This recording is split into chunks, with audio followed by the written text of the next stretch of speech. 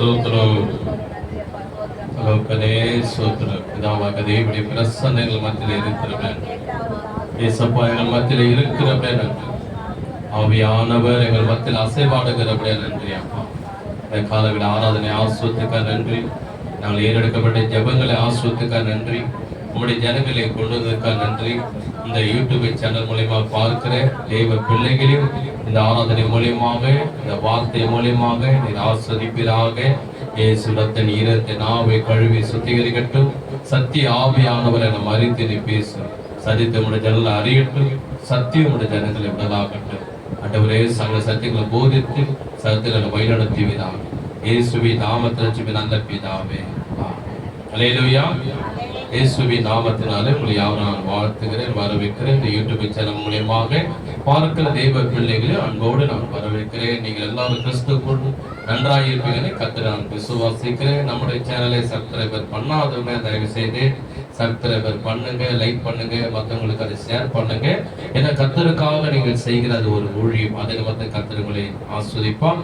இப்போது நாம் பார்க்கக்கூடியது எஸ்தர் புத்தகத்தை குறித்து நாம் தியானிக்க போகிறோம். எஸ்தர் புத்தகம் 2ஆம் அதிகாரம் 16ஆம் வசனம் முதல் 18ஆம் வசனம் வரைக்கும் பழைய ஏற்பாட்டிலே 626ஆம் பக்கம். எஸ்தர் 2ஆம் அதிகாரம் 16ஆம் வசனம் முதல் 18ஆம் வசனம் வரைக்கும் எல்லாரும் எடுத்துக்கொள்ளுங்க. இந்த யூடியூப் சேனல் மூலியமா பார்க்கிற நீங்களும் வேதத்தை எடுத்துக்கொள்ளுங்க. கவனிப்போம். இப்போது நாம் பார்க்க போனது எஸ்தர் புத்தகத்திலிருந்து பரிசுத்த ஆவியானவர் இன்றைக்கு நமக்கு நல்ல ஒரு வெளிப்பாடுகளை கொடுக்க போகிறார். ஒரு மறைபொருள், ஒரு தேவ ரகசியத்தை ஆவியானவர் நமக்கு வெளிப்படுத்த போகிறார். ஏசப்பாவுடைய வருகை குறித்து ஒரு வெளிப்பாடு ஆவியானவர் இந்த புத்தகத்தின் மூலியமாக நமக்கு கொடுக்க போகிறார். இந்த யூடியூப் சேனல் மூலியமா பார்க்கிற தேவ பிள்ளைகளும் கவனத்தோடு நீங்கள் கவனிங்கள். கர்த்தர் தம்முடைய வார்த்தை மூலியமாக உங்களையும் ஆஸ்வதிப்பார். கர்த்தரை நான் விசுவாசிக்கிறேன். எஸ்தர் 2ஆம் அதிகாரம் 16ஆம் வசனம் முதல் 18ஆம் வசனம் வரைக்கும். அப்படியே எஸ்தர் ராஜாவாகிய அகஸ்வேரு அரசாளுகிற 7ஆம் வருஷம் தேவோத் மாதமாகிய 10ஆம் மாதத்திலே ராஜாவிடத்தில் அரண்மனைக்கு அழைத்து கொண்டு போகப்பட்டான். ராஜா சகல ஸ்திரீகளை பார்க்கிலும் எஸ்தர் மேல் அன்பு வைத்தான். சகல கன்னிகளை பார்க்கிலும் அவளுக்கு அவன் சமூகத்தில் அதிக தயவும் பட்சமும் கிடைத்தது. ஆகையால் அவன் ராஜா கிரீடத்தை அவள் சிரசின் மேல் வைத்து அவளை வஸ்தின் சாணத்திலே பட்டத்தில் ஸ்திரியாக்கினான். அப்போது ராஜா தன்னுடைய எல்லா பிரபுக்களும் ஊழியக்காரரும் எஸ்தர் நிமித்தம் ஒரு பெரிய விருந்தை செய்து நாடுகளுக்கு சகல காரணை உண்டாக்கி ராஜத்திற்காக வெகுமானங்களை கொடுத்தான். ஒரு ஆமென் சொல்லுவோமா? சரி, இப்போது நாம கவனிக்க. வேதம் சொல்லுகிறது, இந்த அகஸ்வேரு ராஜா 127 நாடுகளுக்கு ராஜா என்று நான் உங்களுக்கு சொல்லியிருந்தேன்.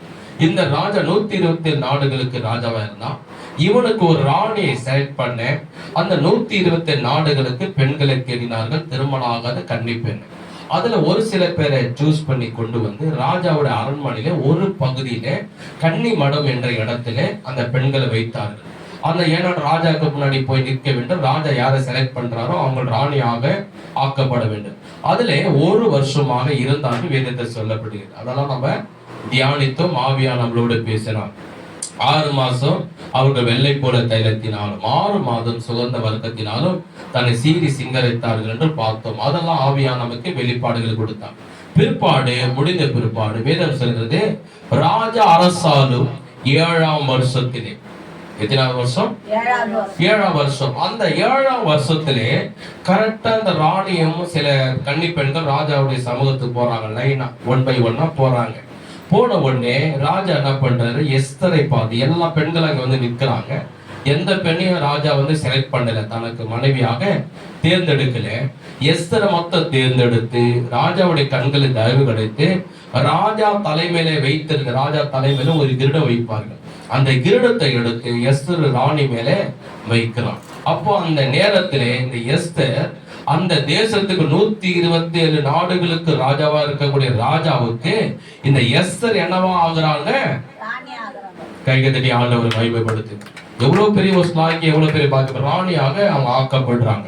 அப்ப இது எல்லாம் என்ன வெளிப்பாடு இருக்குது, என்ன இதுல ஒரு மறைப்பொருள் இருக்குது? இது 6000 வருஷத்துக்கு முன்னாடி நடந்த ஒரு சம்பவம்.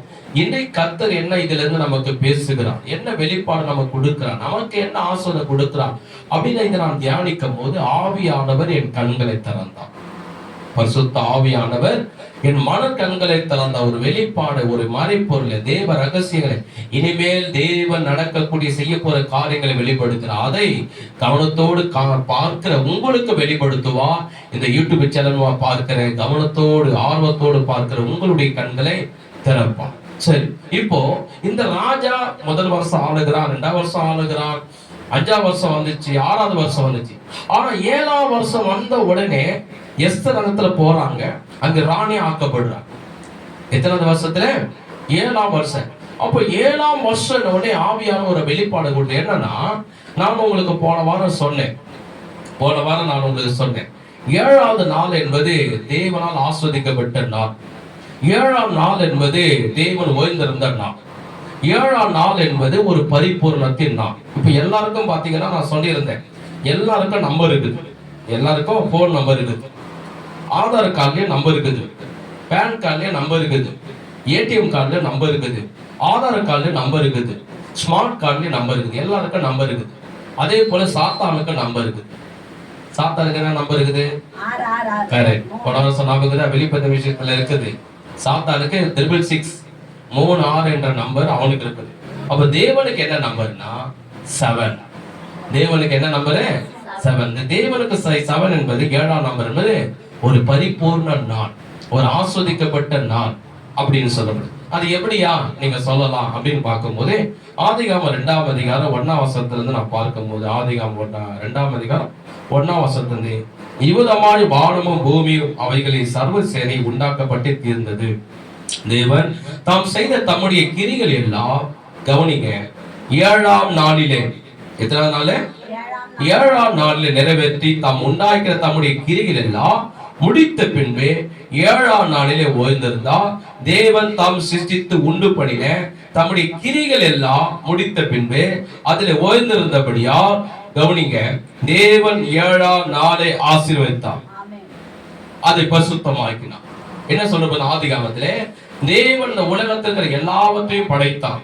வானத்தை அவர் தான் படைத்தார், சூரியன் சந்திரனை படைத்தார், பூமி அவர் சிருஷ்டித்தார், சமுத்திரத்தை உண்டாக்கினார், அதுல இருக்கிற மீன்களை உண்டாக்கினார், நிலத்தை உண்டாக்கினார், மரம் செடி கொடிகளை உண்டாக்கினார், பறவைகளை உண்டாக்கினார், பூமியில மிருகங்களை உண்டாக்கினார், இல்லையா? எல்லாவற்றையும் உண்டாக்கினார். இரவையும் பகலையும் உண்டாக்கினார், மனிதனை உருவாக்கினார். இது எல்லாவற்றையும் தேவன் எத்தனை நாட்களுக்குள்ள படைத்து முடித்தாரா? 6 நாள். Very 6 days. 6 நாள்ல தேவன் என்ன பண்ணாரு? எல்லாவற்றையும் படைத்து முடித்து விட்டார். வேதம் சொல்லுகிறது 7ஆம் நாளிலே கர்த்தர் என்ன பண்ணாரா? ஓய்ந்திருந்தார்.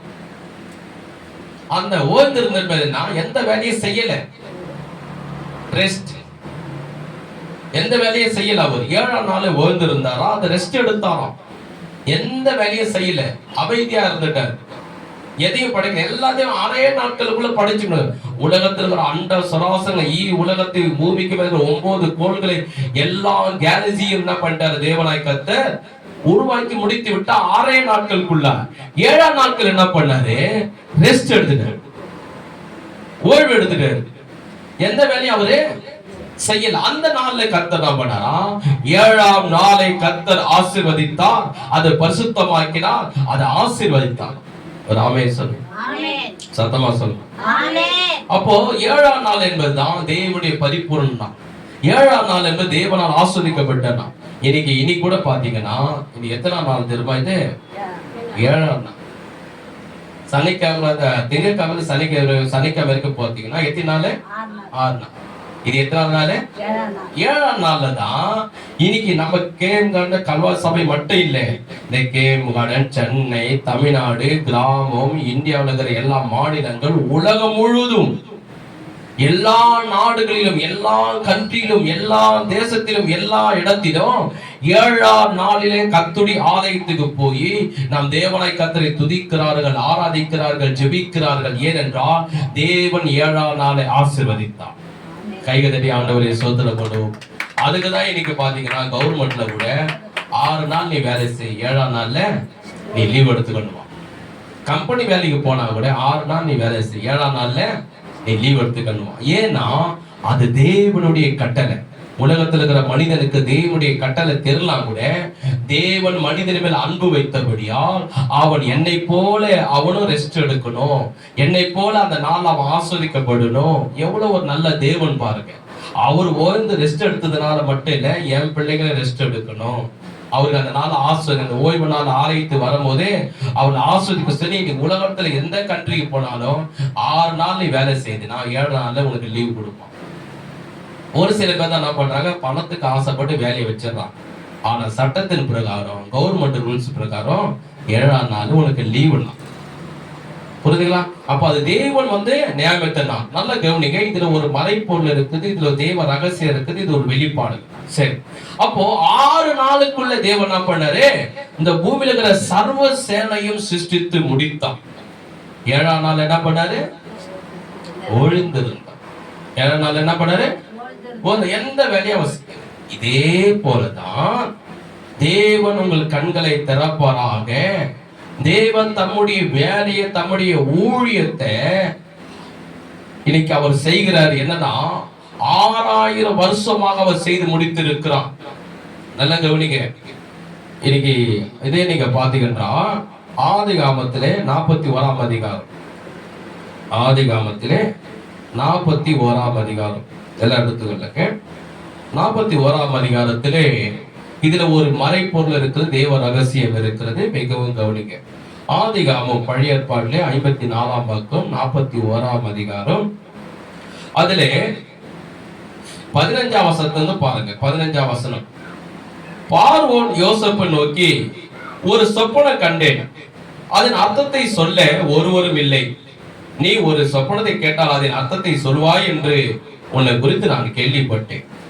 அப்போது யோசேப்பு பார்வோனுக்கு பிரயோத்தரமாக, நான் அல்ல, தேவனே பார்வோனுக்கு மங்களகரமான உத்தரவு செய்வார் என்றான். பார்வோன் யோசேப்பை நோக்கி, என் சொப்பனத்தில் நான் நதி ஓரத்தில் நின்று கொண்டது. என்ன சம்பவம்னா கவனிங்க, என் முகத்தை பாருங்க. இந்த யூடியூப் சேனல் பார்க்கணும், நீங்களும் கவனமா கவனிங்க. என்ன அர்த்தம்னா, எகிப்து தேவன் அறியாத ஒரு தேசம், ஆண்டவரை பத்தி தெரியாத, ஆராதிக்க. அந்த நாட்டுல இருக்கிற எகிப்தில் இருக்கிற பார்வோன் ஒரு ராஜா. ஒரு நேரத்துல இரவுல அவனுக்கு ஒரு சொப்பனம் வருது. நம்ம கூட சொப்பனம் வரோம், ஞாபகம் இருக்கா? நைட்ல தூங்கும் போது வரோம் பாருங்க, ஒரு சொப்பனம் வருது. அந்த சொப்பனத்தை பார்த்து என்ன பண்றாரு, மறுநாள் எல்லாரையும் கூப்பிட்டு அழைத்து அவர் சொல்ற, நான் ஒரு சொப்பனம் பார்த்தேன், அதை நான் உங்களுக்கு சொல்றேன், யாரு விளக்க சொல்றீங்களோ அவளுக்கு வெகுமானங்களும் பதவியை கொடுக்கிறேன்றார். எல்லாருமே அங்க இருக்கிற சிப்பாய்கள், மந்திரிமார்கள், எல்லாருமே மந்திரவாதிகள் எல்லாருமே என்ன பண்றாங்க, தலையதான் சொல்லிடுறாங்க தவிர அதோட விளக்கத்தை சொல்ல தெரியல. என்ன அர்த்தம் புரியல. ராஜாவுக்கு கோபம் வருது. இது யாரும் சொல்ல மாட்டீங்க, நீங்க சொல்லனா உங்களை எல்லாரையும் சிறை சேதம் பண்ணி அப்படின்னு கோபம் வருது. அந்த நேரத்துல ஒருத்தர் சொல்றான், ராஜாவே நான் ஜெயில இருந்தேன், அங்கே ஒருத்தன் யோசேப்புன்னு ஒருத்தன் இருந்தான், இதே போலதான் நானும் இன்னொருத்தரும் சொப்பனம் கண்டோம், உங்களை போலதான் நாங்களும் குழம்பு இருந்தோம், என்ன சொப்பனம் என்ன அர்த்தம்னு புரியல. அந்த யோசேப்புகிட்ட சொன்னோம், அந்த யோசேப்பு என்ன கரெக்டா சொன்னான், அதே போல எங்களுக்கு நடந்து. அவன் யார்? யோசேப்பு. எங்க இருக்கிறான்? ஜெயில இருக்கான். அழைத்து வாருங்க. யோசேப்பை கூட்டு வராங்க. யோசேப்பு யாரு? யாக்கோபு, ஆபிரகாம், ஈசாக்கு, யாக்கோபு. யாக்கோபுக்கு 12 பிள்ளைங்க, 12 பிள்ளைகளை 11வது மகன் யோசேப்பு. ஆண்டவரை நேசிக்கிறவன், ஆண்டவருக்கு பயபக்தி உள்ளவன், ஆண்டவருக்கு உண்மை உள்ள ஒரு மனிதன், பரிசுத்தம் உள்ள ஒரு மனிதன். யாரு? யோசேப்பை கொண்டு வந்து நிறுத்துறான். யோசேப்பை கேட்கிறாரு, யார்? பார்வோன் ராஜா அரண்மனையில சிங்காசனத்துல உட்கார்ந்து இருக்கான். யோசேப்பு எங்க நிக்கிறாரு? அரண்மனைக்கு கீழே நிக்கிறாரு. கைதியான்னு கொண்டு வந்து நிறுத்துறாங்க, செங்கிலியில கட்டி கொண்டு வந்து நிறுத்துறாங்க. யோசேப்பே, உன்னை குறித்து நான் கேள்விப்பட்டேன், ஒரு சொப்பனம் சொன்னா கரெக்டா சொல்வேன்னு எனக்கு பணம் பார்த்திருக்காரன். யாருன்னா அந்த திராட்சை ரசத்தை எடுத்து கொடுக்குறேன், அவன் சொன்னான், உன்னை குறிச்சு நீ கரெக்டா சொல்லுவியாம சொல்வியா நீ? அப்போ யோசேப்பு என்ன சொல்றது, அவர் எவ்வளவு நாணமா, அவர் வார்த்தை எவ்வளவு எனக்கு ரொம்ப பிடிச்சிருந்து. என்ன சொல்றாரு பாருங்க, ராஜாவே அவர் சொப்பனக்காரன். அவர் யாருன்னா அந்த யோசேப்பு என்ன சொப்பனம் சொன்னாலும் அதை விலைக்கு சொல்லுவார். அந்த ஒரு தாள் அந்த ஆண்டவர் கொடுத்துருந்தார். அவர் என்ன சொல்றாரு, என்ன சொப்பனா சொல்லு, நான் சொல்ற விளக்கத்தை அப்படி சொல்லல. என்ன சொல்றாரு?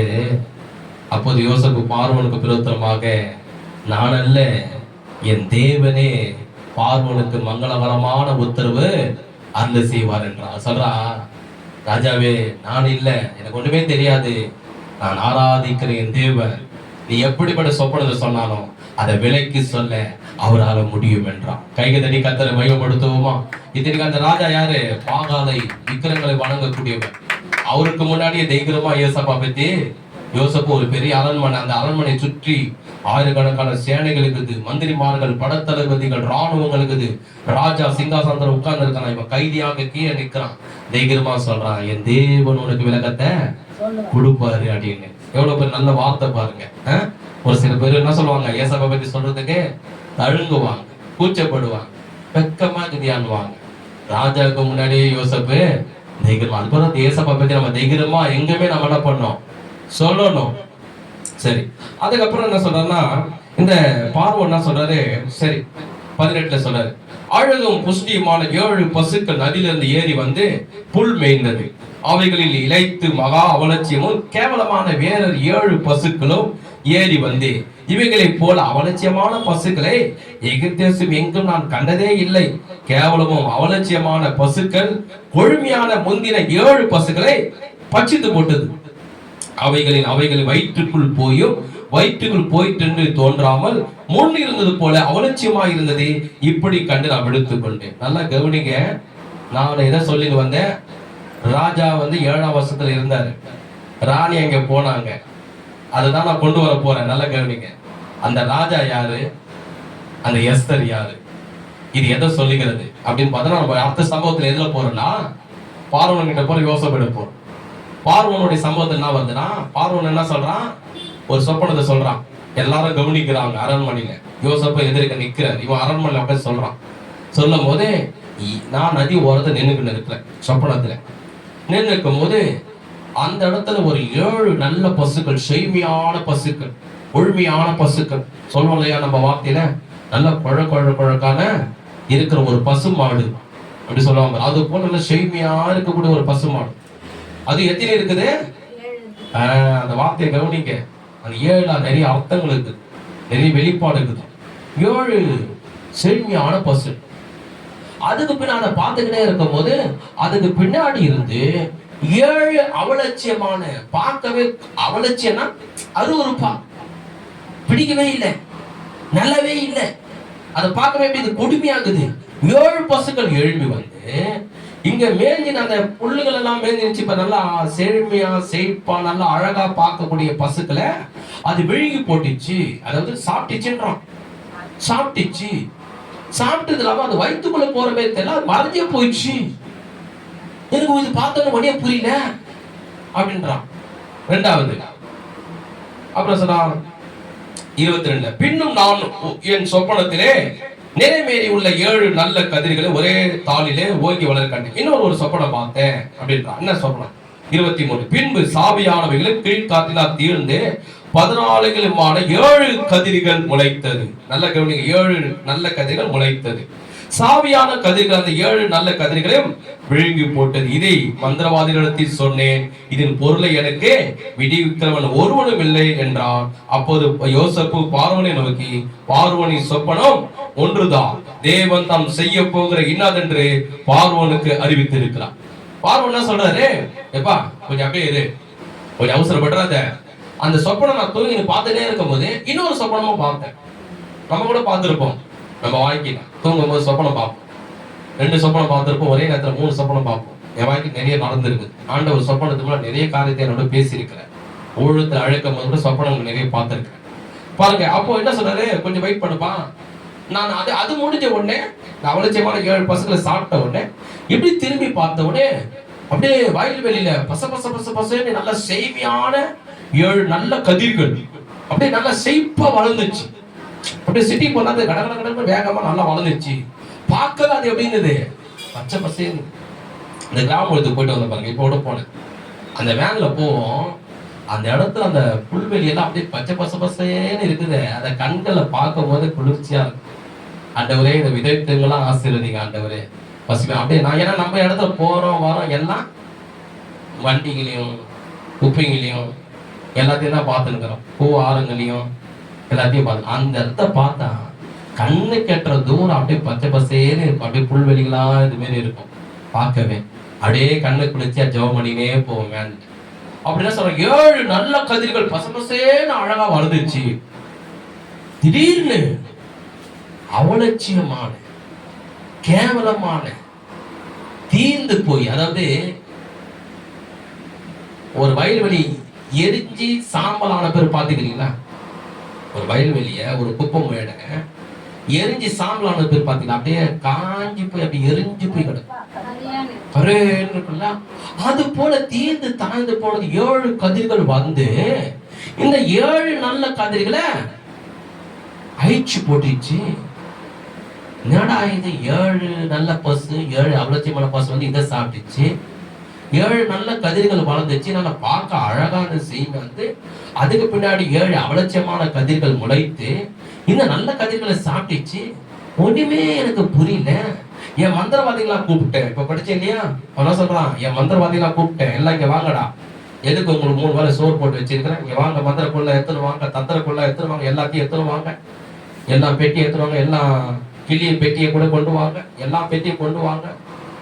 இந்த சொப்பனத்தை சொன்னேன்.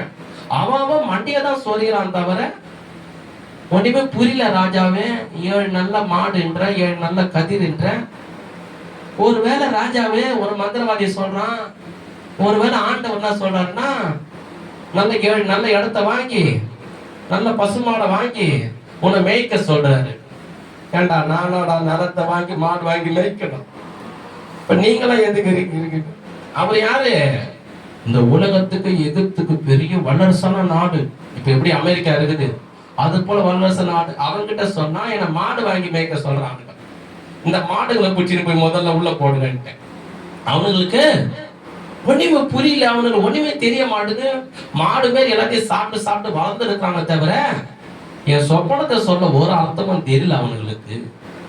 அப்போ யோசப் என்ன சொல்றாரு, அவர் ஒரு வார்த்தை சொல்றாரு பாருங்க, 25. அப்போது யோசப்பு பார்வோனை நோக்கி, பார்வோனின் சொப்பனம் ஒன்றுதான், தாம் செய்ய போகிறது என்னதென்று பார்வோனுக்கு அறிவித்திருக்கிறார். இப்போது விளக்கத்தை யோசப்பு கொடுக்கிறார். ஆவியானவர் யோசப்பு மூலமா கொடுக்கிறார். என்ன சொல்றாருன்னா, ராஜாவே ஒரே தூக்கத்துல நீ 2 சொப்பனம் பார்த்தேன். ஆமா, 2 சொப்பனமும் ஒரே அர்த்தம் தான், வெவ்வேறான அர்த்தம் கிடையாது. சரி, 2வது அர்த்தம் என்ன ஆகுது அப்படின்னு சொல்றாரு, தேவன் தான் செய்ய போகிறதை, தேவன் தாம் செய்ய போகிற காரியத்தை அதை சீக்கிரமாய் தேவன் பூமியில உலகத்துல செய்ய போகிற காரியத்தை உனக்கு வெளிப்படுத்தி இருக்கிறார்.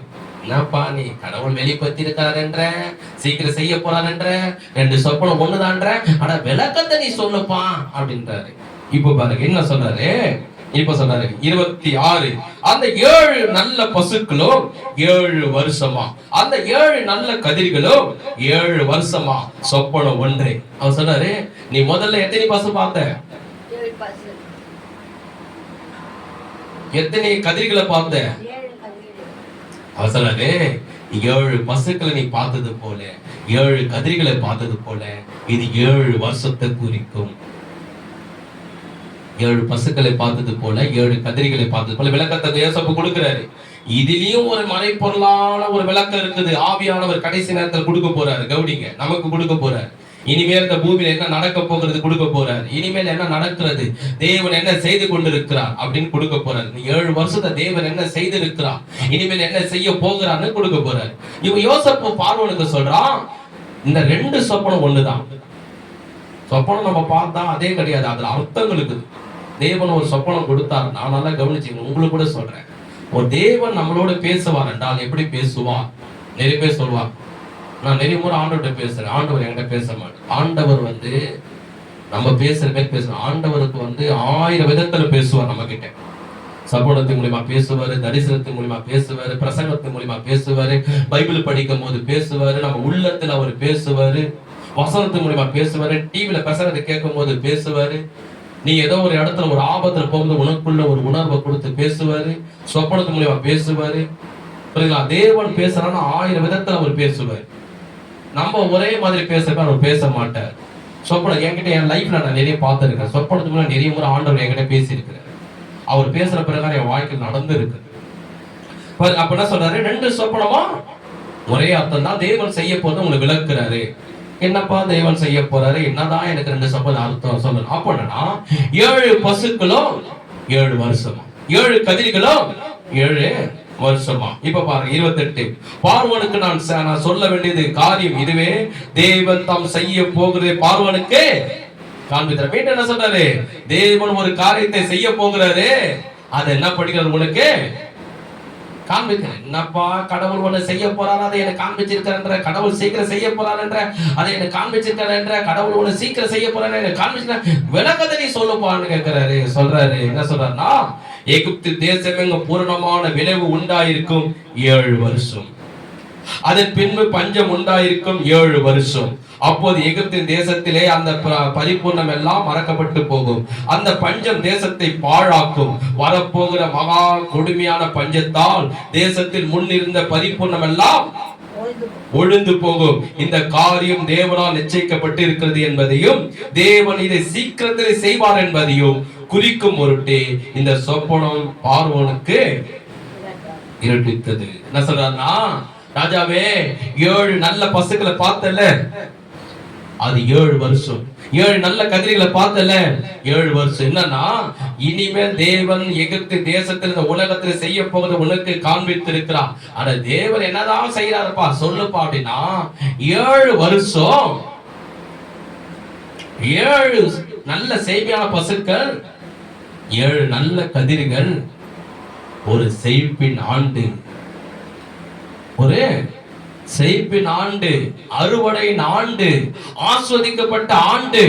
இந்த 7 வருஷம் உன் வாழ்க்கையில, இந்த தேசத்தில், இந்த பூமியில, இந்த எகிப்திலே, இந்த உலகம் முழுதும் என்ன இருக்கும் என்றால், ஒரு செழிப்பு இருக்கும், ஒரு அறுவடை இருக்கும், விதை இருக்கும், தானியம் இருக்கும், நல்ல செழிப்பான வருஷங்கள் இருக்கும். அதுதான் 7 நல்ல பசுக்கள், 7 நல்ல கதிர்கள். இந்த 7 வருஷம் மட்டும்தான் இருக்கும். அதுக்கப்புறம் பூமி போய்கிட்டே இருக்கும் இல்லையா? 7 வருஷம் வந்து 8வது வருஷம் வரும், அப்புறம் 9வது வருஷம் 26 வந்துச்சுன்னா, அதுக்கப்புறம் 27 வரும். 27 வருஷம் வந்துச்சுன்னா அப்படி பண்ணிட்டோம். ஆஹா 26 வந்துச்சு, அவள்தான்ப்பா வருஷம் ஆண்டு அப்படியே சொல்லுவோம். 26 வருஷம் வந்துச்சுன்னா ஜனவரி வந்தா, அடுத்த ஜனவரி வந்தா, அடுத்த ஜனவரி வந்தா, அப்ப என்ன சொல்ற, 7 வருஷம் மட்டும் தான் உனக்கு செழிப்பு, 7 வருஷம் தான் உனக்கு கோதுமை, 7 வருஷம் தான் உனக்கு தானியம், 7 வருஷம் தான் உனக்கு அரிசி, 7 வருஷம் தான் உனக்கு பழங்கள் எல்லாமே. அதுக்கப்புறம் அந்த 7 பசுக்கள் தாண்டி என்ன வந்தது, அவலட்சியமான பசுக்கள் வந்து 7 பசுக்களை சாப்பிட்டுச்சு பாரு. 7 அவலட்சியமான கதிர்கள் வந்து இந்த 7 நல்ல கதிரை சாப்பிட்டுச்சு போல 7 வருஷம் பஞ்சகாலம் வரும். எத்தனை வருஷம்? 7 வருஷம். எத்தனை வருஷம் ஜெரேமியா? 7 வருஷம் பஞ்சகாலம் வந்தா மனுஷன் வாழ முடியுமா? கடவுள் பாருங்க எவ்வளவு நாணமா செய்யறாரு. ஜனவரில இருந்து ஜனவரி 1ஆம் தேதியில இருந்து 8ஆம் மாசம் 9ஆம் மாசம் வரைக்கும் 7ஆம் மாசம் 8ஆம் மாசம் வரைக்கும் வெயில கொடுக்குற. அதுக்கப்புறம் பாருங்க 8, 9, 10, 11 பார்த்தீங்கன்னா ஒரு 3 மாசத்துல ஆண்டவர் என்ன பண்ண மழையை உண்டாக்குறாரு. ஏன்னா அந்த மழை தண்ணி வந்தாதான் மனுஷன் குடிச்சு உயிர் வாழணும், மிருகங்கள் குடிச்சு உயிர் வாழணும், பறவைகள் குடிச்சு உயிர் வாழணும், தானியங்கள் வரணும், விதைக்கிறது அறுவடை பண்ணணும், மிருகங்கள் குடிக்கணும், பறவைகள் குடிக்கணும், பழங்கள் காய் கறிகள் எல்லாமே தண்ணி நிரப்பப்படும் சொல்லி ஒரு வருஷத்துக்கு தேவனாய் கர்த்தர் என்ன பண்றாரு, 9, 10, 11 3 மாசத்துல மழை உண்டாக்குவார். உங்களுக்கு எல்லாருக்கும் தெரியும் மழை வரும். அதுக்கப்புறம் டிசம்பர்ல ஆண்டவர் எல்லாருக்கும் மழையில ரொம்ப நினைஞ்சிட்டீங்கன்னு ஒரு குளிர்ச்சியை கொடுப்பார், ஒரு குளிர்ச்சியை கொடுப்பார். அதுக்கப்புறம் ஜனவரில இருந்து மீண்டும் 7ஆம் மாசம் 8ஆம் மாசம், அப்போ வருஷம் முழுத கர்த்தர் ஒரு வருஷத்துக்கு 3 மாதம் மழையை கர்த்தர் கொடுக்குறார். ஏன்னா ஆறு குளம் ஏரி எல்லாத்தையும் நிரப்புறார். இப்போ நான் ஊருக்கு போயிட்டு வந்தோம், அந்த இடத்துல செய்யார் ஆறு ஒரு பாலத்து மேல போச்சு எங்க வேன். பாலத்து மேல பெரிய பாலம், பார்த்தா பெரிய ஆறு. நான் கேட்டேன் பக்கத்துல அம்மா பார்த்து கேட்டேன், என்னம்மா இவ்வளவு பெரிய ஆறு, என்னம்மா இடம் இது பெரிய ஆறுயா? ஆனா தண்ணிலாம் வத்தி போச்சு. அதை தாண்டி வேன்ல இன்னொரு இடத்துக்கு போய்கிட்டே இருந்த வண்டியில இன்னொரு பாலத்து மேல போச்சு வண்டி. அதுக்கு பெரிய ஒரு இடம், என்னம்மா இது இடம்னு கேட்டா, இது பாலாறியா? ஆனா தண்ணியில வத்தி போச்சு. அப்ப எல்லா ஆறு குளம் ஏரி குட்டை எல்லாமே தண்ணி வத்தி போச்சுன்னா மனுஷன் உயிர் வாழ முடியுமா? முடியாது. கர்த்தர் என்ன பண்றாரு, நானம்மா 3 மாசத்துக்கு மழைய வர வைக்கிறார். ஆனா இவன் சொல்றது 7 வருஷத்துக்கு இருக்காதான். அப்ப வாழ முடியுமா? விதைச்சா வளருமா? வளர்ந்தாதானே சாப்பிட முடியும். எதுவுமே வளராது, தண்ணி இருக்காது, விதை இருக்காது, தானியம் இருக்காது, அறுவடை இருக்காதுன்னா மனுஷன் 7 வருஷத்துல இல்லைன்னா என்ன ஆவான்? பஞ்ச பசி பட்டியல சாவான். அதுதான் அவர் சொல்றாரு, 7 அவலட்சியமான பசுக்கள் வந்து இந்த 7 நல்ல கதிர்களை சாப்பிட்டது போல, 7 பசுக்களை சாப்பிட்டது போல, 7 அவலட்சியமான கதிர்கள் வந்து 7 நல்ல கதிர்களை சாப்பிட்டது போல, அதுக்கு அப்புறம் 7 வருஷம் முடிந்த பிற்பாடு திரும்ப 7 வருஷம் என்ன ஆகும்? ஒரு மகா பெரிய ஒரு பஞ்சம் வரும். இந்த உலகமே முழுதும் வரும். வந்து எல்லாரும் அதுல சாவாங்க. இதை தேவன் செய்ய போகிறாரு, சீக்கிரமாவே செய்ய போகிறார். புரிஞ்சுங்களா? புரிந்தவங்க கையில் தட்டி ஆண்டவரை சோத்திரம் பண்ணுங்க. நல்ல கைகள் தட்டி ஆண்டவரை சோத்திரம். ஒரு சொல்றாரு, இப்போ சரி, இது வந்து யோசப்பு வந்து பார்வோன் கொடுத்த வெளிப்பாடு. அந்த காலத்துல 6000 வருஷத்துக்கு முன்னாடி பார்வோன் சொப்பனை பார்த்தாரு, அது அர்த்தம் புரியல, அங்க சொல்லிட்டாரு. அதே மாதிரி அங்க நடந்துச்சு. செழிப்பு 7 வருஷம் இருந்தது. அதுக்கப்புறம் சரி, இப்போ யோசப்பு என்ன பண்றாரு? பார்வோன், ஐயோ 7 வருஷம் பஞ்சமா, நானே சாப்பிட முடியாம செத்து விடுறேன். நானும் வீட்டுல எத்தனை நாள் தான் உணவை என்ன சாப்பிட முடியும் வச்சுக்கணும். ஒரு சாப்பாடை ஃப்ரிட்ஜில் வச்சு 1 வாரம் சாப்பிடலாம், மிஞ்சி போனா 10 நாள் சாப்பிடுவேன். அதுக்கப்புறம் சரி 1 மாசம் கூட வச்சுக்க, எத்தனை நாள் வச்சு சாப்பிடுவேன்? 7 வருஷம் வச்சு சாப்பிடுவேன். நீ உலகத்துல எந்த மனுஷன் 7 வருஷம் வரைக்கும் ஃப்ரிட்ஜில் வச்சு சாப்பிடுவான்? ராஜப்பா, ஐயோ அப்ப நானும் என் பிள்ளை குட்டி தேசம் முழுதும் சாகணுமா? என்ன பண்றது புரியலையேன்னும் போது யோசப்பு ஒரு நாணமான ஒரு காரியம் சொல்றாரு. இதுல எல்லாம் நாண அர்த்தங்கள் இருக்கு. என்னன்னா நல்லா கவனிங்க. இந்த பூமியில வந்து கர்த்தர் வந்து தேவன் தாம் செய்ய போகிற காரியத்தை இந்த பூமியில செய்கிறார். என்னன்னா இந்த பூமி முழுவதுமாக இந்த 7 நல்ல செழுமையான பசுக்களை போல, 7 நல்ல கதிர்களை போல தேவன் எப்படி 6 நாட்களுக்குள்ள இந்த பூமியை சிருஷ்டித்து முடித்தாரோ அதே போல கவனிங்க, முகத்தை பாருங்க. தேவன் பழைய ஏற்பாடு என்பது எத்தனை வருஷங்களா எழுதப்பட்டது என்றால் 4000 வருஷமாய் அது எழுதப்பட்டது. ஆதிகாம் முதல் மல்கியா வரைக்கும் எத்தனை வருஷங்கள் பார்த்தீங்கன்னா 4000 வருஷம். எத்தனை வருஷம்? பழைய ஏற்பாடு இருக்கு இல்லையா, நம்ம கிட்ட 2 பைபிள் இருக்குல்ல, அந்த ஒரு பைபிள் இருக்கு. அந்த பைபிள் பார்த்தீங்கன்னா பழைய ஏற்பாடு புதிய ஏற்பாடு இருக்கும் இல்லையா? அந்த பழைய ஏற்பாடு எத்தனை வருஷங்கள் எழுதப்பட்டது என்றால் 4000 வருஷம் முழுதும். எத்தனை வருஷம்? ஆதிகாம் முதல் மல்கியா வரைக்கும் நீங்க பாத்தீங்கன்னா 4000 வருஷம். இந்த இப்போ நீங்க பாருங்க, இப்ப எத்தனாவது வருஷம்? 2026. எத்தனை வருஷம்? 2026. 26 வருஷத்தை விட்டுடுங்க. இப்போ இருக்கிற 26 வருஷம், அது 4000 வருஷம். புதிய ஏற்பாடு வந்ததுல, இந்த புதிய ஏற்பாடு தான் ஏசப்பா வந்து வாழ்ந்த வருஷங்கள் 2000 வருஷம். 2026 இப்ப சேர்க்காதீங்க. அந்த 2000 வருஷமும் அந்த 4000 வருஷமும் சேர்த்த எத்தனை வருஷம் வருது? கூட்டுங்க, பெருக்காதீங்க. பழைய ஏற்பாடு 4000 வருஷம், புதிய ஏற்பாடு 2000 வருஷம். மொத்தம் எத்தனை வருஷம் வருது? 6 வருஷம். எத்தனை வருஷம்? 6 வருஷம். இந்த 6 வருஷமா தேவன் என்ன செய்யறார் தெரியுமா? இந்த உலகம் முழுதும் அழிக்கப்பட போகிறது. இந்த உலகம் முழுதும் நரகத்துக்கு வைக்கப்படுகிறது. இந்த உலகத்தில் சாத்தான் கரத்தில் மாட்டிக்கொள்ள கூடாது சொல்லி என் தேவனாய் கர்த்தர் என்ன செய்கிறார் என்றால், அவர் முன்கூட்டி இந்த உலகத்திலே கடைசி நேரத்திலே அவர் சுவிசேஷத்தை அறிவித்து இந்த 6000 வருஷமாக தேவனாய் கர்த்தர் என்ன பண்றாரு? ஆத்துமாக்களை ரட்சித்து பரலோகத்தை சேர்ப்பதற்காக தேவன் ஆதாம் முதல் மல்கியா வரைக்கும் இயேசு கிறிஸ்து வாழ்க்கை வரை அப்போஸ்தலர்கள் வரைக்கும் இந்த 6000 வருஷமாக தம்முடைய சுவிசேஷத்தை அறிவித்து இருக்கிறார்.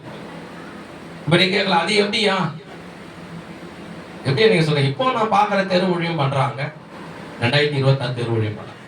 ஒரு சில இடத்துல மீட்டிங் போடுறாங்க, டிவில மீட்டிங், சத்யன் சேனல்ல மோகன் சிலாசர் ஐயா மீட்டிங் வைக்கிறாரு, ஆசீர்வாதம் டிவில ஆதல் பண்ண ஐயா மீட்டிங். இப்ப பாருங்க, 6000 வருஷம் எப்படி ஆண்டவர் ஊழியம் செய்தாரு? 6000 வருஷமா எப்படி சுவிசேஷம் அறிவிக்கப்பட்டது? தேவன் ஆத்துமாக்கள். அந்த விதை என்பது எதுனா வசனம். ஆதிகாமத்திலே மத்திய சுவிசேஷ 13ஆம் அதிகாரத்திலே ஏசப்பா என்ன சொல்லுவாருன்னா, ஒருவன் வழி அருகே விதை விதைக்க புறப்பட்டான். ஒருவன் வழி அருகே விதை விதைக்க புறப்பட்டான் அப்படின்னு விதையை பத்தி சீசர் வந்து கேட்பாங்க, இயேசுவே யார் அந்த விவசாயி? விதைன்னா என்ன அர்த்தம் அப்படின்னு கேட்பான். அதுக்கு என்ன சொல்ல தெரியுமா? அந்த விவசாயி தான் யாரு? கர்த்தருடைய ஊழியக்காரன். அந்த விதை என்பது யாரு? கர்த்தருடைய வசனம். விதை என்பது என்ன? நல்ல கவனிங்க. பார்வோன்னு 2 சொப்பனம் பார்த்தான். முதல் சொப்பனம் என்ன? மாடுகளை பார்த்தோம். 2வது சொப்பனம் என்ன? 7 நல்ல கதிர்களை பார்த்தோம். அந்த நல்ல கதிர்கள் எப்படி வளரும்? விதை விதைச்சாதானே வளரும். அந்த விதை என்பது என்னன்னா, ஏசப்பா சொன்னார் வசனம். விதை என்பது என்ன? விதை என்பது என்ன? வசனம். தேவனாய் கர்த்தர் என்ன பண்ணாருன்னா, பழைய ஏற்பாட்டுல வேதம் சொல்கிறது, யோனோக்கு மூலியமாக, நோவா மூலியமாக, ஆபிரகாம் மூலியமாக, லோத்து மூலியமாக, யோசப்பு மூலியமாக, மோசே மூலியமாக, யோசுவா மூலியமாக, தாவீது மூலியமாக, எலியா மூலியமாக, எலிசா மூலியமாக, யோபு மூலியமாக, ஏசாயா மூலியமாக, எரேமியா மூலியமாக, தானியேல் மூலியமாக, யோவேல் மூலியமாக, யோனா மூலியமாக, ஆதிகாம் முதல் புதிய ஏற்பாடு மல்கியா வரைக்கும் தம்முடைய பரிசுத்தவான்கள் மூலியமாக எப்படி விதை விதைத்து அறுவடை பண்ணுவோம், தேவன் தம்முடைய வசனத்தை ஜனங்களுக்கு அறிவித்தார். தேவன் தம்முடைய வசனங்களை அறிவித்தாரு. ஆத்துமாக்கள் ரட்சிக்கப்படணும், மனம் திரும்பணும், அவர்கள் மரித்து நரகத்துக்கு போக கூடாது, அவர்கள் மரித்து சாத்தான் கிட்ட மாட்டிக்கொள்ள கூடாது சொல்லி தேவன் பழைய ஏற்பாடுல இருந்து புதிய ஏற்பாடு வரைக்கும் தம்முடைய பரிசுத்தவான்கள் மூலமா சுவிசேஷத்தை அறிவித்தான். ஐயா அது எப்படி அது அப்படின்னு பாத்தீங்கன்னா, யூதா எதிர நிருபம் பாருங்க. யூதா புதிய வெளிப்பத விசேஷம் இருக்கு இல்லையா, அதுக்கு முன்னாடி இருக்க பாருங்க. இந்த யூதா என்பவரை எத்தனாவது தலைமுறை தெரியுமா? ஆதாம் பிறந்தார்ல, ஆதாம் பிறந்தல இருந்து எத்தனாவது தலைமுறை இவர் இருக்கிறாரு? இவர் எவனுக்கு பாத்தீங்கன்னா என்ன பண்றாரு பாருங்க. யூதா புதிய ஏற்பாடுல 333ஆம் பக்கம், 333ஆம் யூதா 1ஆம் அதிகாரம் 14ஆம் வசனத்திலிருந்து பாருங்க. 14ஆம் வசனத்திலிருந்து அதுல நீங்க பாத்தீங்கன்னா, ஆதாமுக்கு 7ஆம் தலைமுறையான, எத்தனாம் தலைமுறை? சொல்றாங்க இல்லையா? என் பேர் கூட பாத்தீங்கன்னா ஆறுமுகன் பேர் வச்சான்.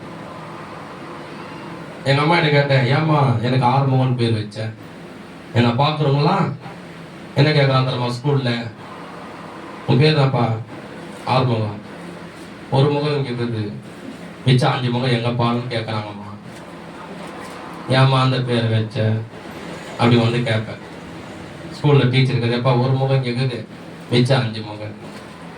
நான் சொல்றேன், டீச்சர் அது 5 முகம் எங்க வீட்டுல இருக்குதுமா டீச்சர். அந்த டீச்சர் வாயை மூடிடும். அப்ப நான் கேட்பேன், ஏமா அந்த 6 முகன் பேர் வச்சேன், ஏன் ஒரு முகன் பேர் வைக்கதான்? இல்லப்பா 5 பிள்ளைங்க பிறந்தாங்க, நீ 6ஆம் பொறா பிறந்த, 6வது பொருவா பிறந்ததுனால உங்க அப்பா 6 முகன் பேர் வச்சாருப்பா. ஒருத்தருக்கு சுவிசேஷம் சொன்னேன் நான் கிராமத்துல. சுவிசேஷம் சொல்லினே இருந்தேன்னா, ஐயா என் பேர் நான் தெரியுமா? சொன்னாதான் தெரியும், முருகன். நான் சொன்னேன், என் பேர் நான் தெரியுமா? ஆறுமுகம். 2 பேரும் ஒரே கடவுளை கூப்பிட்டு சொன்னேன்.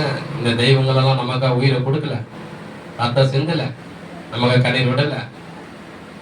இயேசு கிறிஸ்து ஒருத்தர் தான் நமக்கா கண்ணீர் விட்டாரு, ரத்த சிந்தல, உயிரை விட்டு. சரி அப்படின்னு இப்ப பாருங்க. இந்த ஏனோக்கு என்பது எத்தனாம் தலைமுறை? ஆதாமுக்கு 7ஆம் தலைமுறை பிறந்தவன். அப்போ நான் சொல்றது, நான் என்ன சொல்ல வரேன்னா, இந்த 6000 வருஷத்துக்கு முன்னாடி தேவன் நம்முடைய பரிசுத்தம் மூலமா சுவிசேஷத்தை பிரசங்கித்தாரு.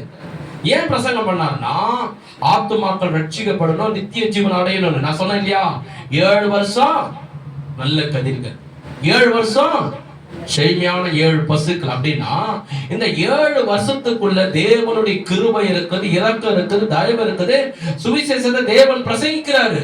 பாருங்க, யூதா 1ஆம் அதிகாரம் 14 ஆதாமுக்கு 7ஆம் தலைமுறையான யோனோக்கு இவைகளை குறித்து இதோ எல்லாருக்கும் நியாய தீர்ப்பு கொடுப்பதற்கு அவைகளின் அவபக்தி உள்ளவர்கள் யாவரும் அவபக்தியாய் செய்து வந்த சகல அவபக்தியான கிரிகள் நிமித்தம் தமக்கு விரோதமாய் அவபக்தி உள்ள பாவிகள் பேசின கடின வார்த்தைகள் எல்லாவற்றை நிமித்தம் அவர்களை கண்டிக்கிறதற்கும் ஆயிரமான தமது பரிசுத்தவானுக்கு கூட கர்த்தர் வருகிறார் என்று முன்னறிவித்தான். கொஞ்சம் நல்லா கவனிங்க. இப்ப எல்லாருக்கும் ஏசப்பா வந்தாரு, சிலுவை ரத்த சிந்து மறிச்சாரு, திருப்பி வர போறான்னு எல்லாருக்கும் உங்களுக்கு தெரியும். ஏசப்பாவே வரல, ரத்தமும் சிந்தல. ஏசப்பெல்லாம் வரதுக்கு முன்னாடி 6000 வருஷத்துக்கு முன்னாடி எத்தனாம் தலைமுறை பிறந்தவன்? ஆதாமுக்கு 7ஆம் தலைமுறை. எத்தனாம் தலைமுறை? 7ஆம் தலைமுறையில பிறந்த யோனோக்கு எழுதுனே இயேசு கிறிஸ்து பிறக்கல, இயேசு கிறிஸ்து வாழல, இயேசு கிறிஸ்து பிரசங்கம் பண்ணல, சிலுவையில மறிக்கல. கரெக்டா ஒரு பிரசங்கம் பண்றாரு. என்ன பண்றாரு?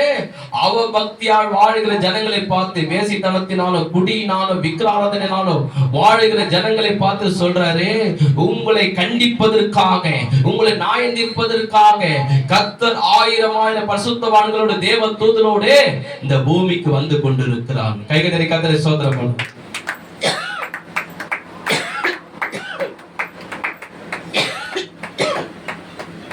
எப்போ பிரசங்கம் பண்றாரு? 6000 வருஷத்துக்கு முன்னாடி பிரசங்கம் பண்றாரு. கர்த்தரை பார்க்கல, அவர் வந்தது தெரியாது, வாழ்ந்தது தெரியாது, வாழல, சிலுவை இன்னும் ரத்த சிந்து மறிக்கல. ஆனா சொல்றாரு, அவபக்தியா வாழ்கிற மனிதரை பார்த்து கர்த்தருக்கு பயப்படாமல், கர்த்தருடைய வார்த்தை கீழ்ப்படியாமல், இயேசுவை ஏற்றுக்கொள்ளாமல் பாவத்தில் வாழ்கிற பார்த்து ஆதாம் வாழ்ந்த 7ஆம் தலைமுறையில பிறந்த யோனோக்கு சொல்றான், உங்களை நியாயம் தீர்ப்பதற்காக, உங்களை கண்டிப்பதற்காக கர்த்தர் 1000 பரிசுத்தவான்களோடு தேவ தூதரோடு பூமிக்கு வந்து கொண்டிருக்கான் வேதம் சொல்லுகிறது. எப்படி சுவிசேஷத்தை பிரசங்கித்தான் பாருங்க. ஏன்னா ஆத்மா ரட்சிக்கப்படணும், மனம் திரும்பணும், அவன் நித்திய ஜீவனுக்குள்ள போகணும், வருகிற உபத்திர காலத்துல, வருகிற பிசாசுடைய காலத்துல அவன் மாட்டிக்கொள்ள கூடாது என்று தேவன் என்ன செய்தார் என்றால் சுவிசேஷத்தை பிரசங்கித்தான். சரி, இந்த யோனோக்கு பிறந்தார் இல்லையா? யோனோக்கு அடுத்தது அப்படியே தலைமுறையில வரும்போது யார் வந்து பிறந்து தெரியுமா? நோவா வந்தார். ஆதிகாமம் 7ஆம் அதிகாரத்தை படிச்சு பாருங்க. நோவா பத்தி கேள்விப்பட்டிருக்கு இல்லையா? பெரிய பிழையை உண்டாக்குவார் கப்பல. அவர் என்ன சொல்றாரு பாருங்க. எப்போ? ஆதாம் அந்த காலத்துல 7ஆம் தலைமை யோனோக்கு பிறந்தார். அதுக்கப்புறம் யார் வரானா? நோவா வராரு. நோவா என்ன பண்றாரு பாருங்க. 2 பேதுரு 2ஆம் அதிகாரம் 5ஆம் வசனத்துல பாருங்க. 2 பேதுரு 2ஆம் அதிகாரம் 5ஆம் வசனத்துல இருந்து புதிய ஏற்பாடு 323ஆம் பக்கம் 2ஆம் அதிகாரம் 5ஆம் வசனத்துல இருந்து, பூர்வ உலகத்தையும் தப்ப விடாமல் நீதி பிரசங்கித்தவனாகிய நோவா முதலான 8 பேரை காப்பாற்றி அவபக்தி உள்ளவர்கள் நிறைந்த உலகத்தின் மேல் ஜலப்பிரயாத்தை வரப்பண்ணி சோதம் கோமரா என்ற பட்டணங்களையும் சாம்பலாக்கி கவித்து போட்டு ஆக்கணிக்குள்ளாக தீர்த்து பிற்காலத்தில் அவபக்தியால் நடப்பவர்களுக்கு அவைகளை சிஸ்டங்கம் படுத்தி வைத்து அக்கிரமக்காரர்களுக்குள் வாசமாய் இருக்கவில்லையும் அவருடைய காம விவகார நடக்கையால் வருத்தப்பட்டு நாள்தோறும் அவருடைய அக்கிரம கிரிகளை கண்டு கேட்டு நீதி உள்ள தன்னுடைய இதயத்தில் வாதிக்கப்பட்ட நீதிமானாகிய லோத்து அவர்கள் ரட்சித்திருக்க கர்த்தர் தேவ பக்தி உள்ளவனை சோதனை என்று ரட்சிக்கவும் அக்கிரமக்காரன் ஆக்கணிக்குள்ளாக நியாய தீர்ப்பு நாளுக்காகவும் வைக்க அறிந்திருக்கிறார். என்ன சொல்றாரு? நான் சொல்ற கவனிங்க. என்னன்னா, 2வது யார் வரா? அந்த யோனோக்கு மரித்துட்டாரு. அவருடைய வம்சத்துல யார் வர? நோவா வராரு. நோவா வாழும் போது என்ன பண்றாங்க? மனிதர்கள் குடிக்கிறாங்க, வேசித்தலை செய்யறாங்க, விக்கிரகம் செய்யறாங்க, பிள்ளைய சொல்லி செய்வன பண்றாங்க, ஓரின சேர்க்கை பாவங்களை செய்யறாங்க, விக்கிரத்தை போய் வணங்குறாங்க, கொலை செய்யறாங்க, பணத்துக்காக பொருளுக்காக கொலை செய்யறான். இப்ப எப்படி நடக்குது உலகத்துல? செய்தியில எல்லாமே நடக்குது. அங்க இது நடக்கும் போது என்ன பண்றான்? நோவா எழுந்து பிரசங்கம் பண்ற, நீ இப்படிலாம் பாவம் செய்து வாழ்ந்தினா கர்த்தர் சீக்கிரம் வரப்போகிறார், அவர் உங்களை நியாயந்திருக்க வரப்போகிறார். 1000 பரிசுத்தவான்களோடு வந்து உங்களை எல்லாரையும் நியாயந்திருப்பார்.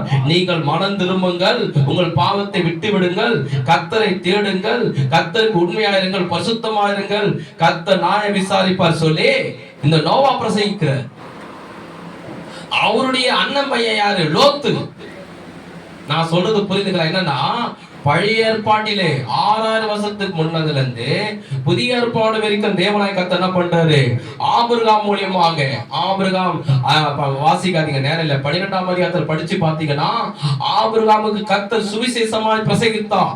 பூமியில் உள்ள வம்சம் எல்லாம் உனக்குள் ஆஸ்வதிக்கப்படும் சொல்லி தன் கிறிஸ்து வந்து ஆபிரகாம் வம்சத்தின் மூலமா பிறப்பார், அவர் மூலமா உலகம் ரட்சிக்கப்படும் சொல்லி ஆபிரகாமுக்கு தேவனாய் கர்த்தர் சுவிசேஷத்தை பிரசங்கித்தார். லோத்து, யோசேப்பு, இப்ப பாருங்க யோசேப்பு, இவருடைய வாழ்க்கை முழுதும் பாத்தீங்கன்னா ஏசப்பாவுடைய வாழ்க்கை அடையாளம் அடங்கி இருக்கிறது. மோசே, அவர் என்ன பண்ணாரு? பார்வோனிடம் போய் சொன்னாரு. பார்வோன் சொன்னாரு, என் தேவனாய் கர்த்தர் ஒருவர் இருக்கிறார், அவரை ஆராதிக்கும் ஜனங்களே போக விட சொல்லி 10 முறை போய் சுவிசேஷத்தை சொன்னார். யார்? மோசே. அதுக்கப்புறமா யோசுவா, தாவீது. தாவீதுல நிறைய சொல்லியிருக்காரு ஏசப்பா பத்தி, அவருடைய மரணத்தை குறித்து எல்லா சங்கீதத்துல நீங்க படிச்சு பாருங்க, தெரியும். தாவீது ராஜா அந்த காலத்துல வாழ்ந்த ராஜா, ஏசப்பாவுடைய மரணத்தை குறிச்சும் எல்லாவற்றையும் அவர் சொல்றார். தாவீது. எலியாவுடைய வாழ்க்கை படிச்சிருக்கீங்களே, 1 ராஜாக்கள் 18ஆம் அதிகாரத்துல பாகாலுக்கு முன்னாடி போயிட்டு சவால் விடுவாரு. இஸ்ரவேல் தேவன் கர்த்தர் ஒருவர்தான் மெய்யான தேவன், நீ வணங்குற பாகால் தெய்வம் அல்ல சொல்லி சவால் விட்டு அக்கினியை இறக்கி கர்த்தரே தெய்வம் என்று நிரூபித்து காண்பித்தார். யாரு? எலியா என்பவர். அவர் செய்தார். எலிசா செய்தார். யோபு பழைய ஏற்பாடுல வாழ்ந்த ஒரு மனுஷன். அவரு என்ன சொன்னாரு? இயேசு கிறிஸ்து வருகையிலே என் அந்நிய கண்கள் அல்ல, என் சொந்த கண்ணை அவரை பார்க்கும். உடனே ஏசப்பா வரல, மறிச்சிட்டாரு, உயிர்த்தெழுந்தார், வரேன்னு சொல்லி இருக்கிறாரு. ஆனா அவர் வந்ததும் தெரியாது, வாழ்ந்ததும் தெரியாது, மச்சதும் தெரியாது. பழைய ஏற்பாடுல யோபு சொல்றாரு, இயேசு கிறிஸ்து ஒரு நாள் பூமியின் மேல் வந்து நிற்பார், என் அந்நிய கண்களிலே சொந்த கண்ணே கர்த்தர் வருகையை பார்க்கும் என்று பழைய ஏற்பாடுல இயேசு கிறிஸ்து வருவதற்கு முன்பதாகவே யோபு விசுவாசமா பேசினார்.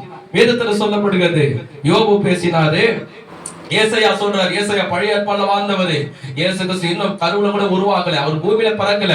ஏசாயா 53ஆம் அதிகாரம் 4ஆம் வசனம் 5ஆம் வசனம் வரைக்கும் அவர் சொல்றாரு, நம்முடைய மீறுதலை இயேசு கிறிஸ்து சிலுவையிலே காயப்படுவார், நம்முடைய அக்கிரமத்தை சிலுவையிலே இயேசு கிறிஸ்து நொறுக்கப்படுவார், உனக்கு எனக்கு சமாதானத்தை கொடுக்கும்படியாக அந்த ஆக்கினை தீர்ப்பு இயேசு கிறிஸ்து சிலுவையில் மேல் வரும். இயேசு கிறிஸ்து பிறக்கல. நான் சொல்றது புரியுதுங்களா? இயேசு கிறிஸ்து இப்ப யாருமே பாருங்க, ஒரு குழந்தை பிறந்த உடனே என்ன பண்ணுவாங்க? ஐயோ இவனுக்கு ராஜா பேரு வைப்பேன், இவனை ராஜா மாரி வளர்ப்பேன், இவனை டாக்டரா படிக்க வைப்பேன், இவனுக்கு ஒரு நல்ல வீடு கட்டுவேன், நல்ல கான்வென்ட்ல ஸ்கூல் படிக்க வைப்பேன். பிறந்த பிற்பாடுதான். பிறக்கிறதுக்கு முன்னாடி எல்லாம் சொல்லி இருப்பாங்களா? எனக்கு ஒரு மகன் பிறப்பான், அவன் இப்படி பண்ணுவேன், நான் அப்படி பண்ணுவேன். இப்படி பிறந்த குழந்தையதான் இப்படி கொஞ்சுவாங்க. நான் உன்னை டாக்டரா படிப்பேன்டா, முதல்ல நீ என்ன பண்ணு, என் மாமியாருக்கு தான் நீ ஊசி போடணும், ஏன்னா அது வாய் சும்மா இருக்க மாட்டேன். என்ன பண்ணுவாங்க? அந்த குழந்தைய பார்த்து கொஞ்சம் பிறந்த குழந்தையதான் கற்பனை பண்ணி பேசுவாங்க, தன் ஆசையெல்லாம் சொல்லுவாங்க. பிறக்காத குழந்தையில பேசினிருப்பாங்களா? பிறக்கமும் பிறக்காத பேசவும் முதல் குழந்தையே பிறக்கல, அப்புறம் என்ன நான் கற்பனை பண்றது, கோட்டை கட்டுறது அப்படின்வாங்க. இயேசு கிறிஸ்து பிறக்கவே இல்லை, பிறக்கிறதுக்கு முன்பதாகவே இயேசு கிறிஸ்து இந்த பூமிக்கு வரல, வருவதற்கு முன்பதாகவே இங்க பரிசுத்தவான் பேசுறாரு, ஏசாயா பேசுறாரு, எரேமியா பேசுறாரு, தானியேல் பேசுறாரு. தானியேல் அதிகாரத்துல படிச்சு பாருங்க, ராஜா அங்க ஒரு சிலையை பார்ப்பான். தானியேலோட வாழ்க்கையில பழைய ஏற்பாடுல அந்த காலத்து நேபுகாத்நேச்சர் பாபிலோனிலே அங்க ஒரு ராஜா பார்ப்பான், ஒரு பெரிய சிலையை பார்ப்பான். அதை அர்த்தத்தை யாரும் சொல்ல முடியாது. அங்க தானியேல் சொல்வார், ஒரு கல் உருண்டு வந்து அந்த சிலையை உடைச்சு நிறுத்தும். அந்த கல் யார் என்றால், இந்த முழு அதிகாரத்தையும், இந்த முழு தேசத்தையும், முழு ஆளுகையும் இயேசு கிறிஸ்து பூமியில வந்து அவர் நிற்பார், இந்த பூமி முழுதும் அவர் ஆளுகை செய்வார், அவர் ராஜாவா வீற்றிருப்பார் என்று கைகள் தட்டி கர்த்தரை ஸ்தோத்திரம் பண்ணுவோமா? பழைய ஏற்பாடுல யோவேல் அவர் சொன்னாரு 2:28 கடைசி நாட்களில் மாம்சமான யாவர் மேலும் என் ஆவியை ஊற்றுவேன். பழைய ஏற்பாட்டிலே அபிஷேகத்தை பார்க்கல, ஆவியானவர் பார்க்கல. அவர் சொல்றாரு ஆவியை கடைசி நாட்கள் அவர் ஊற்றுவார்னு. யோனா மீன் வயிற்றில் இருந்தது போல இயேசு கிறிஸ்து 3 நாள் அவர் பூமியின் கல்லில் இருப்பான்னு வசனம். அப்ப என்ன சொல்ல வரேன்னா, பழைய ஏற்பாடுல எல்லா பரிசுத்தவன் மூலியமா ஆண்டவர் என்ன பண்ணாரு? சுவிசேஷத்தை பிரசங்கித்தார். எத்தனை வருஷம் அது? பழைய ஏற்பாடு எத்தனை வருஷம்? 4000 வருஷம் பண்ணார். முடிஞ்சிச்சா? பிரசங்கம் பண்ண. இப்ப புதிய ஏற்பாடு என்பது ஏசப்பா கால் வைத்தார் பாருங்க இந்த பூமியில, அதுதான் முதல் வருஷம். பிறகு எத்தனாவது வருஷம் இது? 2026 அந்த முதல் தேதி, முதல் நாள், முதல் மாசம் வருதுல்ல, அதுதான் ஏசப்பா அந்த பூமியில வந்த தேதி நாள் குறிக்கப்பட்டது. புரியுதா? அப்போ இப்ப எத்தனை வருஷம் ஆகிக்குது? 2026. அப்ப ஏசப்பா வந்து என்ன பண்ணாரு? மத்திய, மார்க்கு, லூக்கா, யோவான், இந்த 4 நிருபம் பாத்தீங்கன்னா இயேசு கிறிஸ்து பிரசங்கம் பண்ணது. சபையில போய் பிரசங்கம் பண்ணாரு, தெருவுல பிரசங்கம் பண்ணாரு, மலையில பிரசங்கம் பண்ணாரு, கடற்கரை ஓரத்துல போய் பிரசங்கம் பண்ணாரு, எல்லா இடத்துல வீட்டு தெருவுல பிரசங்கம் பண்ணாரு, வீட்டுல பிரசங்கம் பண்ணாரு. மத்திய, மார்க்கு, லூக்கா, யோவான் 4 நிருபத்திலையும் ஏசப்பா 2000 வருஷம் அவர் வேத சொல்றது. 30 வயசுல ஊழியத்துக்கு வந்தார். 33 வயசு அவர் மரித்தார். அவர் வாழ்ந்து மரிக்கிறதுக்கு என்ன பண்ணாரு? பிரசங்கம் பண்ணார். மனம் திரும்புங்கள், பரலோக ராஜ்யம் பிரசங்கம் பண்ணாருங்களா? அதுக்கப்புறம் அவர் 33 வயசுல மரித்த உடனே அவரு கூட யார் இருந்தது? 12 சீசர்கள் இருந்தாங்க. அந்த 12 சீசர்களும் அப்போஸ்தலர் இருந்து வெளிப்பட்ட விஷயத்துக்கு நீங்க பாத்தீங்கன்னா அவர்கள் பூமி எங்கும் சுற்றி திரிந்து பிரசங்கம் பண்ணாங்க. நம்ம நாட்டுக்கு யார் வந்து தெரியுமா? 12 சீசர் ஒருத்தர் வந்தார். யார் வந்து தெரியுமா நம்ம நாட்டுக்கு? அதுவும் நம்ம இந்தியா நாட்டுல வந்து முதல்ல கேரளால கால் வைத்து பிரசங்கம் பண்ணவரு தோமா. அந்த கேரளால பிரசங்கம் பண்ணி சபையை ஸ்தாபிச்சு அங்கிருந்து கடல் கரையோர போட்ல வந்து நம்ம சென்னை துறைமுகத்துல இறங்கி நேர இங்க சாந்தோம் பகுதியில, மயிலாப்பூர் பகுதியில, சாந்தோம் இடத்துல அந்த இடத்துல போய் பிரசங்கம் பண்ணி அவரை சென்ட் தாமஸ் மவுண்ட்ல அந்த மலை மேல அவர் ஊழியர் செய்யும் போதுதான் அவர் என்ன பண்ணாங்க? ஈட்டினால குத்தி இறந்தார். யாரு? ஏசப்பா கூட இருந்து கண்ணால பார்த்தவர், அவர் விரல விழாவில போட்டவர், அவர் விரல கையில போட்டு பார்த்தவரு தோமா. நம்ம நாட்டுல அவர் சுவிசேஷத்தை பிரசங்கம் பண்ணாரு. அது போல பவுல், அது போல பேதுரு, அது போல யோவான், அது போல யாக்கோபு, எல்லாருமே பூமி முழுதும் போய் சுவிசேஷத்தை பிரசங்கம். அவங்க மறித்த பிற்பாடு அநேக பரிசுத்தவான்கள் எழும்பினாங்க. சாது சுந்தர் சிங் ஐயா, இது போல பல பரிசுத்தவான்கள் எழும்பி 2000 வருஷமாக சுவிசேஷத்தை பிரசங்கித்தார்கள். அப்ப இந்த 2000 அந்த 4000 சேர்த்து எத்தனை வருஷம் வந்து? கணக்குல நீங்க ஃபைன் ஆயிட்டீங்களா? 4000 வருஷம் பரிசுத்தவங்க பிரசங்கம் பண்ண. நான் சொல்றது 2000 வருஷம் பரிசுத்தவங்க பிரசங்கம் பண்ணாங்க. இப்போ நான் சொல்ற சீசர் ஏசப்பா, சீசர்கள், பரிசுத்தம் கணக்கு மட்டும் தான் கேட்கறேன். இப்போ மொத்தம் எத்தனை வருஷம் ஆயிடுச்சு? 6 வருஷம் முடிச்சு. இப்ப எத்தனாவது வருஷம் நம்ம தொடங்கி இருக்குது? 2026 7ஆம் வருஷம் தொடங்கி இருக்கிறது. இப்பதான் ஒரு முடிவுக்குள்ள வரப்போற ஒரு வெளிப்பாடு சொல்லி முடிக்க போகிறேன். நல்ல கவனிங்க. 6 நாள்ல தேவனாய் கர்த்தர் என்ன பண்ணாரு? எல்லாத்தையும் படைச்சு முடிச்சு 7ஆம் நாள் என்ன பண்ணாரு? அதே போலதான் அந்த யோசேப்பு சொன்னா பாருங்க, 7 வருஷம் உனக்கு நாட்டுல செழிப்பு இருக்கும், 7 வருஷம் உனக்கு பஞ்சம் வரும். அதே போலதான் இன்னைக்கு ஏசப்பா என்ன பண்ண போறாரு? அவர் சுவிசேஷத்தை பிரசங்கம் பண்ணி ஆத்துமா ரட்சிக்கப்பட்டு நித்திய ஜீவனுக்குள்ள வரணும்னு சொல்லி இந்த 6000 வருஷமாக தம்முடைய பரிசுத்தமான மூலியமா, சுவிசேஷர் மூலியமா, அப்போஸ்தலர்கள் மூலியமா, தீர்க்கதரிசி மூலியமாக இன்னைக்கு எல்லா இடத்தையும் சுவிசேஷத்தை பிரசங்கம் பண்ணி எல்லா இடத்தையும் சபையை ஸ்தாபித்து இன்னைக்கு வைத்திருக்கிற யாரு? ஆண்டவரா இயேசு கிறிஸ்து. இப்ப எத்தனாவது வருஷத்துக்குள்ள நம்ம கடந்து வந்திருக்கிறோம், வாழ்ந்து கொண்டிருக்கிறோம் என்றால் 6 வருஷம் முடிஞ்சு 7ஆம் வருஷத்துக்குள்ள போயிருக்கு. அப்போ அவர் எப்படி 6 நாட்கள் வேலையை செய்து முடித்து ஓய்ந்திருந்தாரோ அவருடைய சுவிசேஷம் என்ன வேலையும் முடிய போகிறது, பிரசங்கம் பண்ற வேலையும் முடிய போகிறது, சபைகள் ஸ்தாபிக்கப்படுற வேலையும் முடிய போகிறது. இந்த 7 வருஷம் இதுதான் இன்னைக்கு சொல்லுவாங்க ஒரு வார்த்தை, கிருபை நாட்கள். இந்த நாட்கள் என்ன நாட்கள்? கிருபை நாட்கள், தேவனுடைய இரக்கத்தின் நாட்கள், தயவு நாட்கள். ஆனா அந்த நாள் நிற்காது. ஒரு அம்மா சொன்னாங்க, ஐயா நான் ஒரு சொப்பனம் பார்த்தேன், ஒரு விசுவாசி, எனக்கு ஒன்னே புரியல ஐயா. என்னம்மா பார்த்தீங்க சொல்லுங்க. நான் சொல்றது அது இருக்க ஒரு 5 வருஷத்துக்கு முன்னாடி இருக்கும். ஆண்டவர் வந்து என் வீட்டு வாசப்படியில நிக்கிறார். என் வீட்டு வாசப்படியில ஏசப்பா நிக்கிறார். நான் பார்த்தேன். என்னன்னு புரியல. என்ன அர்த்தம்னா, ஏசப்பாக்கு வீடு இருக்குது. என்ன வீடு? ஏசப்பாக்கு எந்த வீடு? பரலோகம். அந்த பரலோகத்தை விட்டு உன் வீட்டு வாசப்படியா வந்து நிக்கணும். அவர் வீட்டை விட்டு உன் வீட்டு வாசப்படியா வந்து நிக்கணும். ஏன்னா உன்னை அவர் வீட்டுக்கு கொண்டு போறதுக்காக வந்திருக்கிற இந்த பூமி கடைசி காலத்துல இருக்கிறது, முடிய போகிறது. நம்மளை எல்லாரையுமே அவர் அழைத்து அவருடைய வீட்டுக்கு கொண்டு போறதுக்காக வரப்போகிறாரு. கைகளை தட்டி கர்த்தரை மகிமைப்படுத்துவோமா? அதுதான் வேதம் சொல்கிறது. 7 நல்ல பசுக்களை போல 7 வருஷமாக கர்த்தர் கிருபையாக இந்த மக்களுக்கு, இந்த உலகத்துக்கு, இந்த தேசத்துக்கு எல்லாம் ரட்சிக்கப்படணும், மனம் திரும்பணும், அவன் ஆண்டவர் ஏற்றுக்கொள்ளணும், அவன் வாழ்க்கையை ஆஸ்வதிக்கணும், அவன் மரித்தால் நித்திய ஜீவனுக்குள்ள போட சொல்லி பழைய ஏற்பாடு முதல் புதிய ஏற்பாடு வரைக்கும் இந்த 6000 வருஷமா கர்த்தர் தம்முடைய பரிசுத்தவான் மூலமாக சுவிசேஷத்தை பிரசங்கித்தார். அவன் எப்படிப்பட்ட பாவியா இருந்தாலும் மனம் திரும்பலாம். சரி கவனிங்க, 7 பசுக்கள் முடிந்த உடனே அதுக்கப்புறம் என்ன வருது? 7 அவலட்சியமான பசுக்கள். 7 நல்ல கதிர்கள் முடிந்த உடனே அதுக்கப்புறம் என்ன கதிர்கள் வருது? 7 நல்ல கதிர்கள் முடிந்த பிற்பாடு 7 அவலட்சியமான கதிர்கள். அது என்ன அர்த்தம்னா, கவனிங்க, இருந்து உட்காருங்க, முகத்தை பாருங்க. என்ன அர்த்தம்னா, 7 அவலட்சியமான பசுக்களை போல, 7 அவலட்சியமான கதிரிகளை போல இந்த பூமியில, யோசேப்பு சொன்னாரு பஞ்சம் வரப்போகுதுன்னு, இந்த பூமியில வேதம் சொல்லுகிறது சாத்தான் இந்த பூமிக்கு வருவான், அந்த கிறிஸ்து இந்த பூமிக்கு வருவான். இந்த பூமியில தான் அவன் வாசம் பண்ணுகிறான். கவனிங்க கவனிங்க, இந்த பூமியில தான் முடிக்க போகிறேன், இந்த பூமியில தான் அவன் வாசம் பண்ணி இருக்கிறான். இந்த பூமியில அவன் டைரக்டா வந்து இந்த பூமி முழுதும் ஆளுகை செய்து கண்ட்ரோல் பண்ணாதபடி பரிசுத்த ஆவியானவர் தடை பண்ணி இருக்கிறாரு. கொஞ்ச நாள் இரு, ஆண்டவர் வேலை செய்து கொண்டிருக்க, சுவிசேஷ பிரசங்கம் பண்ணி கொண்டிருக்கிறது, சபைகள் கட்டப்படுகிறது, ஜனங்கள் ரட்சிக்கப்படுறாங்க, ஞானஸ்நானம் எடுக்கிறாங்க, அவர் நித்திய ஜீவனுக்குள்ள போய் கொண்டிருக்காங்க. கொஞ்ச நாள் வெயிட் பண்ண சொல்லி ஆவியானவர் அவனை தடுத்து நிறுத்தி நிற்கிறாரு. ஆனா இப்போ 6 வருஷம் முடிஞ்சிச்சு.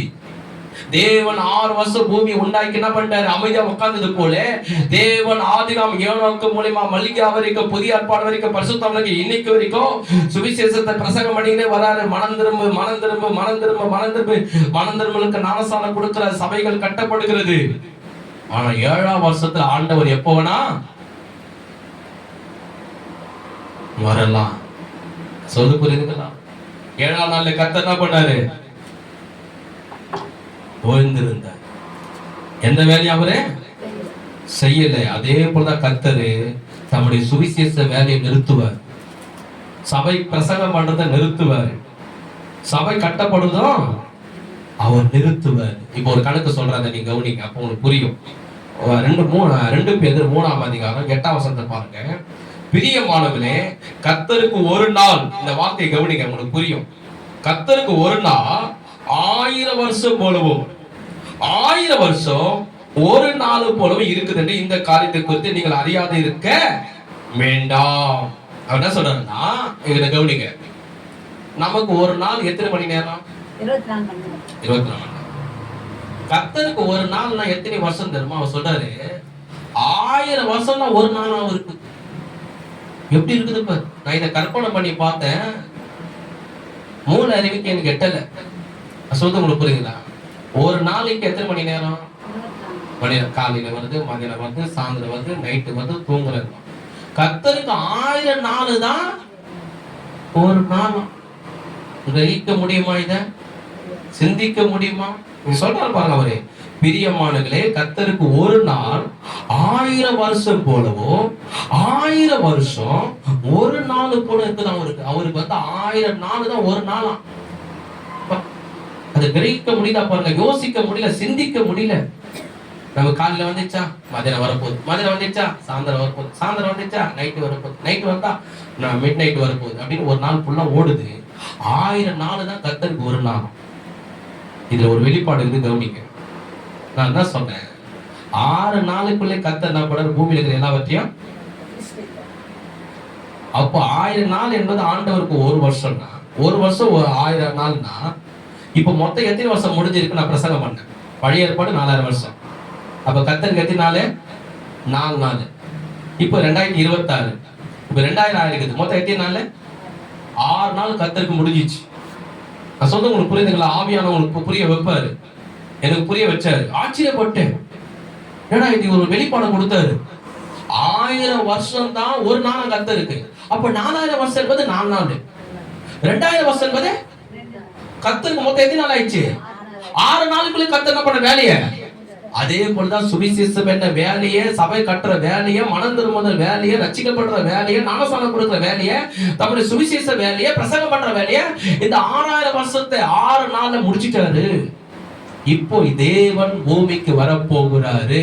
7ஆம் நாள்ல கர்த்தர் ஓய்ந்திருந்தது போல இந்த பூமியில வந்து அவர் நியாயம் தீர்க்க போகிறாரு. எப்படி 7ஆம் நாள்ல கர்த்தர் ஓய்ந்திருந்தாரோ, இந்த 7ஆம் வருஷத்துக்குள்ள நாம் கடந்து போகிறோம். கர்த்தர் எப்போ வேணா வரலாம், எப்போ வேணா வந்து இந்த பூமி நியாயம் விசாரிக்கலாம். அதுக்காக நீங்க ஆயத்தப்படுங்க, நல்லா ஜெபிங்க, நல்ல வேதத்தை வாசிங்க, உபவாசம் இருங்க, மத்தவங்களுக்கு சுவிசேஷம் சொல்லுங்க. இந்த 7ஆம் வருஷம் முடிந்த உடனே இந்த பூமிக்கு அந்த கிறிஸ்து வருவான். அதுதான் யோசேப்பு சொன்னாரு, 7 வருஷம் பஞ்சகாலம் வரும் என்று. அந்த பஞ்சகாலம் என்னன்னா, சாத்தான் அந்த பூமிக்கு வந்து இந்த பூமியில இருக்கிற எல்லா மக்களையும்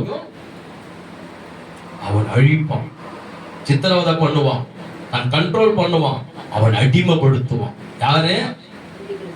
அந்த கிறிஸ்து என்ற சாத்தான்.